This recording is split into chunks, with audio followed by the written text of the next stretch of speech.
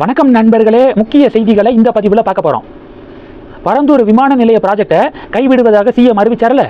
ஒவ்வொரு பொலிட்டீஷியனும் அதை எப்படி கைவிடலாம் அப்படின்னு சொல்லிட்டு கொந்தளிச்சு பதிவுகள் போடுறாங்க. அண்ணாமலையுடைய பதிவு மற்ற பொலிட்டீஷியன்ஸுடைய பதிவுகளை கம்பேர் பண்ணும்போது டோட்டலாக டிஃப்ரெண்டாக இருந்துச்சு. ஏகப்பட்ட புள்ளி விவரம். முதல்ல சென்னைக்கு இரண்டாவது விமான நிலையம் எதுக்கு தேவை, ஏன் அவசியம் அப்படிங்கிறத புள்ளி விவரத்தோட அண்ணாமலை விளக்கியிருக்காரு.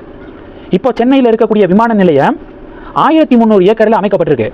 இதுவே ஹைதராபாத்தில் 5500 ஏக்கரில் இருக்க விமான நிலையம். பெங்களூரு விமான நிலையம் 4000 ஏக்கர் பரப்பளவு. நவி மும்பை 2866 ஏக்கர் பரப்பளவு.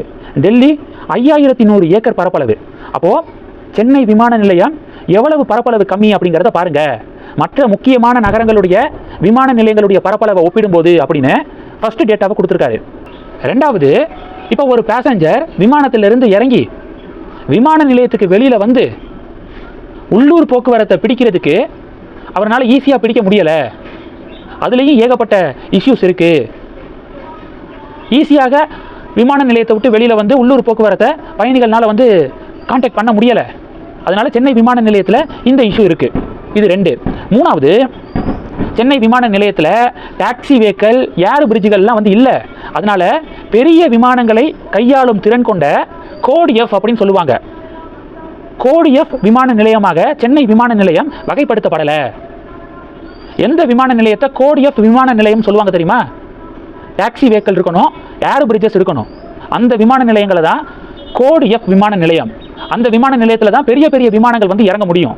ஆனால் சென்னை விமான நிலையம் கோட் எஃப் விமான நிலையமாக வகைப்படுத்தப்படாதனால A380 அப்படிங்கிற இது மாதிரியான பெரிய ஃப்ளைட்டு சென்னை ஏர்போர்ட்டுக்கு வர முடியலை.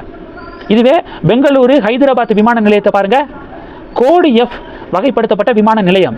அங்கே பெரிய பெரிய விமானங்கள்லாம் வந்து இறங்க முடியும். ஆனால் சென்னையில் இறங்க முடியாது. அப்போது சென்னை விமான நிலையத்தில் இந்த இஷ்யூவும் இருக்குது. இதனால தான் சொல்கிறேன், சென்னைக்கு இரண்டாவது விமான நிலையம் மஸ்ட்டு.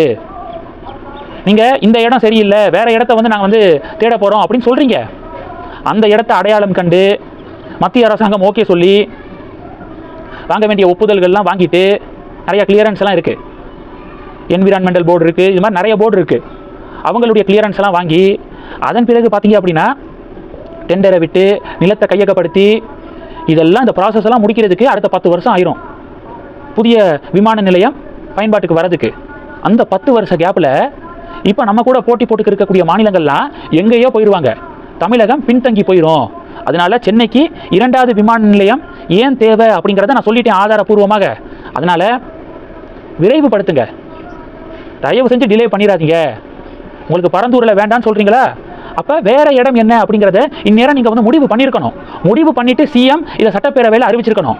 பரந்தூர் வேண்டாம், பரந்தூருக்கு பதிலாக இங்கே அறிவிக்க போகிறேன், இந்த இடம் ஓகே, இதனால் விவசாய நிலங்கள் பாதிக்கப்படாது, பொதுமக்களுக்கு எந்த பிரச்சனையும் இல்லை அப்படின்னு அந்த மாற்று இடத்த அடையாளம் கண்ட பிறகு சிஎம் விஜய் இதை அறிவிச்சிருக்கணும்.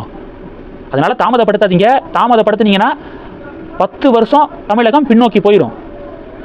சட்டுப்புட்டுன்னு இரண்டாவது விமான நிலையத்தை விரைவாக கொண்டு வரக்கூடிய வேலைகளை பாருங்க அப்படின்னு சொல்லிட்டு அண்ணாமலை அறிவிச்சிருக்காரு. அண்ணாமலையுடைய புள்ளி விவரம் பேசுதுங்க. அவருடைய அந்த ட்விட்டர் பதிவை பார்த்தாலே போதும், எது கரெக்டு எது தப்பு, கவர்மெண்ட் என்ன பண்ணணும் அப்படிங்கிறத சாமானிய மக்கள் புரிஞ்சுக்கலாம். அவ்வளவு பாமர மக்களும் ஈஸியாக புரிஞ்சுக்கிற மாதிரி அண்ணாமலையுடைய மொழி நடைகள் இருக்குது. அவர் செய்தியாளர் சந்திப்பில் பேசினாலும் சரி, சமூக வலைதளத்தில் பதிவு போட்டாலும் சரி, ஈஸியாக எளிய மக்கள் புரிஞ்சுக்கலாம். அண்ணாமலையுடைய இந்த ட்விட்டர் பதிவு பேசுபொருளாக மாறி இருக்கு.